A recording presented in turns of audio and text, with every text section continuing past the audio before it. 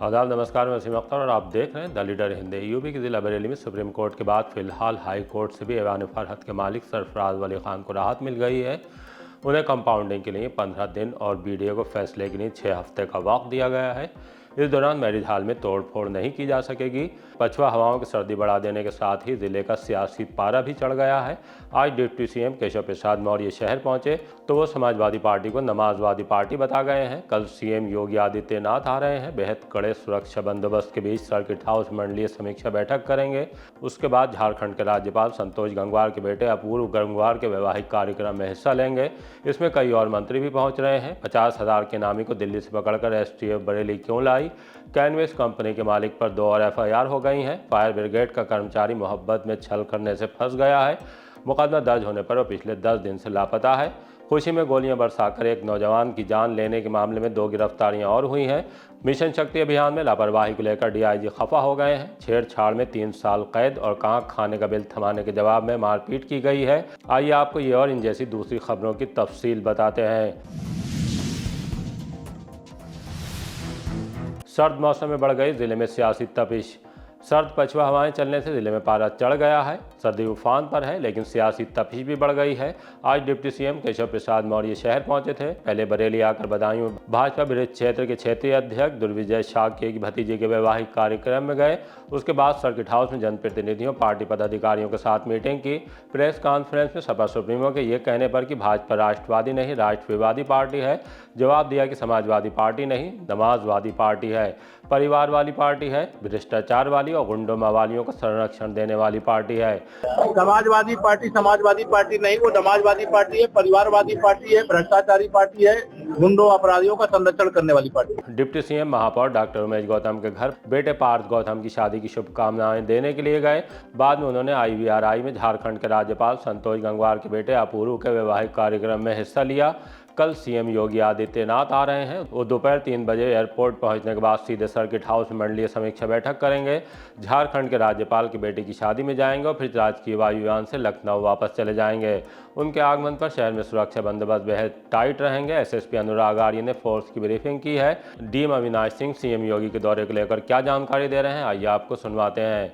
देखिए, कल माननीय मुख्यमंत्री जी के जनपद भ्रमण का कार्यक्रम प्रस्तावित है।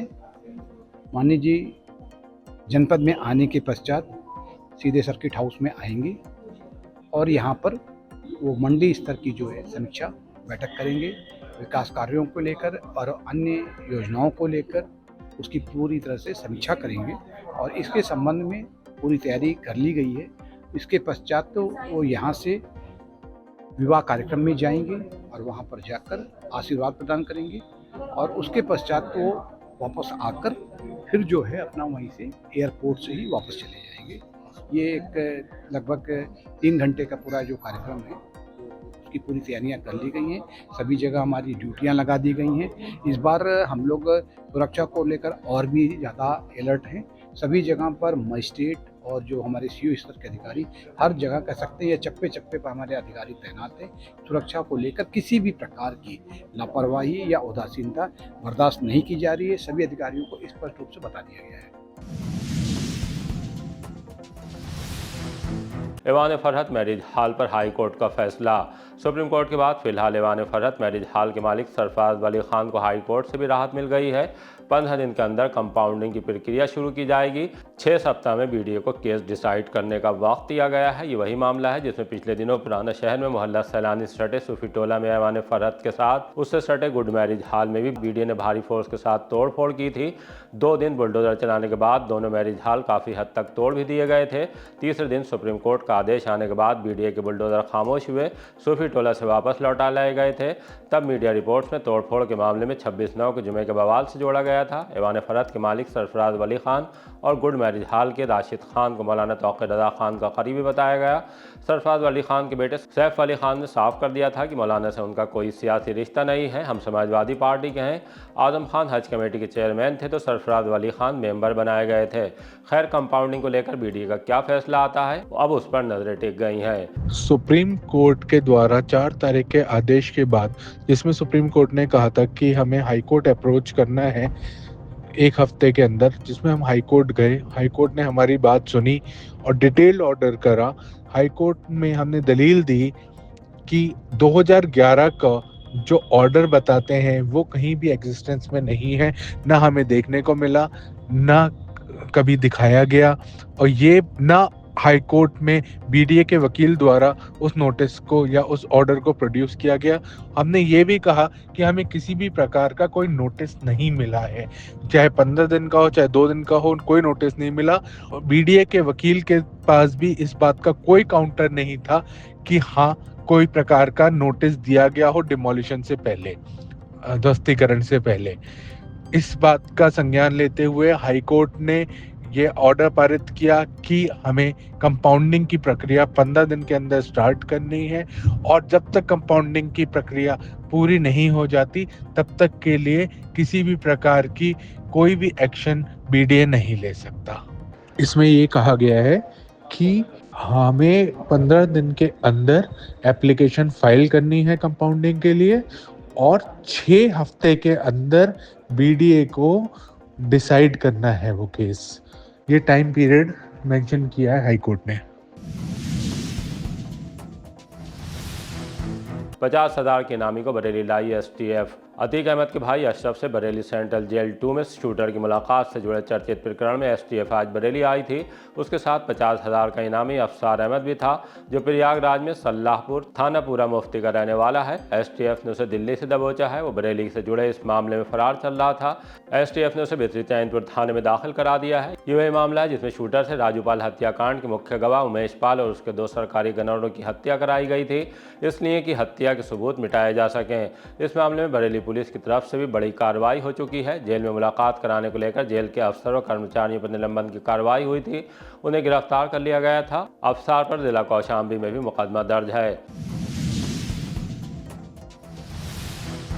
मोहब्बत में छल से फंस गया फायर ब्रिगेड कर्मी। थाना फरीदपुर के इलाके की रहने वाली एक लड़की को मोहब्बत में छला गया है। उसके पिता ने इसके लिए फायर ब्रिगेड कर्मी के खिलाफ मुकदमा दर्ज कराया है। उसका नाम सचिन कुमार है और वो बुलंदशहर के अनूप शहर में गांव डरोरा का रहने वाला है। इल्ज़ाम है कि उसने पहले कस्बे के एक मोहल्ले में रहने वाली लड़की से नज़दीकियां बढ़ाईं, उससे शादी का वायदा करके रिश्तों को सीमाएं लांघकर बहुत आगे ले गया। इस तरह के मामलों में जैसा लड़के करते हैं वैसा ही उसने भी किया। तब लड़की एसएसपी तक पहुंच गई। फायर ब्रिगेड कर्मी ने मौके की नज़ाकत को भांप कर समझौता कर लिया। शादी के लिए राजी हो गया। लड़की के पिता के मुताबिक 26 सितंबर को रस्म थी। उसके बाद 11 नवंबर को सगाई का कार्यक्रम तय कर दिया गया। उसे सामने रखकर निमंत्रण कार्ड भी बांट दिए गए थे। शादी के इंतजाम कर लिए गए। अब सचिन कुमार और उसके पिता किरण पाल, भाई मुकेश आदि ने 10 लाख के दहेज की मांग कर दी। शादी से इनकार कर दिया है। पुलिस ने 5 के खिलाफ मुकदमा दर्ज कर लिया। सचिन के बारे में जानकारी मिली है कि छुट्टी पर चल रहा था, लेकिन 10 दिन बाद भी वापस नहीं लौटा है। कैनविस कंपनी के मालिक पर 2 और एफआईआर। धोखाधड़ी में फरार चल रहे कैनविस कंपनी के मालिक कन्हैया गुलाटी पर 2 और मुकदमे दर्ज कराए गए हैं। एक महानगर कॉलोनी में रहने वाली मंजू गुप्ता और दूसरा बदायूं के शिव कुमार गुप्ता ने दर्ज कराया है। मंजू गुप्ता का कहना है कि फरीदपुर के गांव अंधरपुर की कैनविस विलेज वैली में 2015 में एक प्लाट खरीदा था। 2 साल के अंदर कॉलोनी के सभी प्लाट बीडीए से स्वीकृत कराने का वायदा किया गया था। इस दौरान नाली, सड़क, पोल, पार्क का काम पूरा कर लेने का भरोसा दिलाया। 10 साल गुजरने के बाद भी कॉलोनी में कोई काम नहीं हुआ। कंपनी के सीएमडी को बार बार फोन किए, लेकिन वो अब फोन उठा नहीं रहे हैं। बदायूं में सिविल लाइंस की आदर्श कॉलोनी के रहने वाले शिव कुमार गुप्ता ने कंपनी में 10 लाख का निवेश किया था, इस भरोसे पर कि 20 माह तक 23,750 रुपये मासिक किस्त और पूरा मूलधन 21 माह बाद लौटा दिया जाएगा। न मासिक किस्त मिली और न मूलधन वापस किया जा रहा है। एसएसपी दफ्तर में क्यों रो रहे हैं मीरगंज के आरिफ।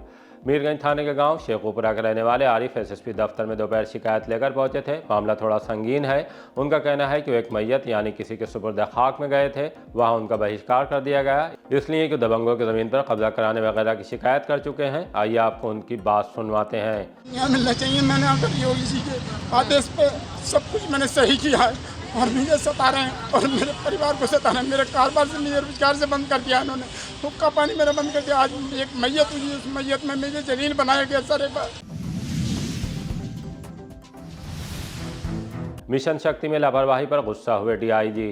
डीआई अजय कुमार साहनी हर दिन रेंज के 8 थानों को दफ्तर बुलाकर मिशन शक्ति के तहत सौंपी गई जिम्मेदारी को लेकर कामकाज की समीक्षा कर रहे हैं। थानों के रजिस्टर में महिला अपराध को लेकर बरती जाने वाली लापरवाही को लेकर वो गुस्से में है। समीक्षा के दौरान उन्होंने इसे लेकर नाराजगी भी जाहिर की है। भाई मेरे अभियुक्तों का नाम जितना है सभी के खिलाफ चार्जशीट संभव है आज तक इस केस में। ये तो आप वो लिख रहे हो कि आपके एफआईआर में नाजिल अभियुक्त कितने हैं। आपके विवेचना जब करोगे तो हो महिला संबंधी मामलों में अक्सर ऐसा होता है, मुकदमे में ननद का भी नाम आ जाता है, देवर का भी जाता है, जेठ का भी आ जाता है, बाद की जांच में नहीं सही पाया जाता है। तो आप उसमें लिखेंगे ना कि कितने आपकी गिरफ्तार हुए, कितने के खिलाफ आपने चार्जशीट डाली। जेल से छूटा तो पुलिस ने फिर पहुंचा दिया जेल। थाना बेहड़ी की पुलिस ने रात में गश्त के दौरान फायर ब्रिगेड के पास से संदिग्ध परिस्थितियों में घूमते एक युवक को हिरासत में लेकर उसकी तलाशी ली तो पुलिस का कहना है कि उसके पास से तमंचा बरामद हुआ है। उसका नाम शानू और वो वार्ड 25 में मोहम्मदपुर का रहने वाला है। वो पहले गोकशी में जेल गया था, हाल ही में छूट कर आया है। अब पुलिस के हाथ फिर चढ़ गया। उस पर आर्म्स एक्ट के तहत मुकदमा दर्ज करके कोर्ट में पेश किया गया, जहाँ से उसे जेल भेज दिया गया है। दूसरी तरफ बारादरी पुलिस ने 261 ग्राम अफीम के साथ प्रमोद को गिरफ्तार किया है। वो फतेहगंज पश्चिमी के सोराहा का रहने वाला है। होटल में खाना खाकर बिल के बदले की मारपीट। थाना सुभाष नगर के करेली में होटल पर खाना खाने के बाद दबंगों के मारपीट करने का मामला सामने आया है। इस पर मुकदमा दर्ज कराने के लिए थाने में तहरीर दी गई है। पप्पू शाह का कहना है कि वो अपने भाई शाहिद के साथ मोहल्ला बगिया में खाना बनाने का होटल चलाते हैं। 8 दिसंबर की शाम गांव के शाहिद, हबीबा, बब्बू और नन्हे खाना खाने आए और जब बिल दिया तो बिना पैसे देकर जाने लगे। चारों ने इसे लेकर बदतमीजी की, कहने लगे कि हमसे पैसे मांगेगा। लोहे की रॉड से हमला कर दिया। भीड़ इकट्ठा होने के बाद चारों धमकी देकर फरार हो गए। मुफ्ती एहसन मियां ने जताया ट्रिब्यूनल का आभार। वक्फ संपत्तियों को उम्मीद पोर्टल पर दर्ज कराने की तारीख 6 माह आगे बढ़ा दी गई है। अब 5 जून 2026 तक वक्फ संपत्तियों को दर्ज कराया जा सकता है। जानकारी मिली है कि इसके लिए उत्तर प्रदेश सुन्नी सेंट्रल वक्फ बोर्ड लखनऊ ने एक वाद वक्फ ट्रिब्यूनल में दायर किया था। उसके बाद ही तारीख 6 माह आगे बढ़ाई गई है। इसे लेकर दरगाह आला हज़रत के सज्जादा नशीन मुफ्ती मोहम्मद एहसन रज़ा क़ादरी एहसन मियां ने भी कम वक्त दिए जाने के मद्देनजर आवाज़ उठाई थी। दरगाह के मीडिया प्रभारी रहे नासिर कुरैशी ने बताया कि सज्जादा नशीन ने वक्फ ट्रिब्यूनल का आभार जाहिर करते हुए सभी वक्फ संपत्तियों के जिम्मेदारों से एक बार फिर अपील की है कि जिन्होंने अभी तक उम्मीद पोर्टल पर संपत्ति दर्ज नहीं कराई है वो जरूर करा लें। छत पर नाबालिग को छेड़ने की सजा 3 साल। विशेष पॉक्सो कोर्ट ने नाबालिग से छेड़छाड़ के मामले की सुनवाई करते हुए दोषित पाए जाने पर सजा सुनाई है। मामला मीरगंज थाने में दर्ज हुआ था। नाबालिग लड़की के पिता ने गांव के ही हुकुम सिंह के खिलाफ रिपोर्ट दर्ज कराई थी। बताया था कि उनकी नाबालिग बेटी छत पर सो रही थी। तड़के 4 बजे हुकुम सिंह ने वहां पहुंचकर छेड़छाड़ शुरू कर दी। शोर मचाने पर पड़ोसी आए तो भाग गया। पुलिस ने इस मामले में ऑपरेशन कन्विक्शन के तहत प्रभावी पैरवी की। कोर्ट ने आरोपी को 3 साल कैद और 30,000 अर्थदंड की सजा सुनाई है। हर्ष वारिंग में 2 और को किया गिरफ्तार। थाना सिरौली की शिवपुरी में शादी के दौरान खुशी में गोलियां बरसाकर सुभाष नगर में सिठौरा के रहने वाले रिजवान की जान लेने के मामले में 2 और लोग गिरफ्तार हो गए हैं। पुलिस ने मुख्य आरोपी को गुजरे दिन ही तमंचे के साथ पकड़ लिया था। अब इस मामले में पुलिस ने जगन्नाथपुर मार्ग पर दबिश देकर तस्लीम और राशिद को भी गिरफ्तार कर लिया है। इसी तरह के ताज़ा अपडेट जानने के लिए देखते रहिए द लीडर हिंदी। विदा लेने से पहले हमारी आपसे गुजारिश है कि हमारी रिपोर्टिंग पसंद आ रही है तो खबरों को शेयर कीजिए और हमारे चैनल को सब्सक्राइब करके हमारा हौसला ज़रूर बढ़ाइए।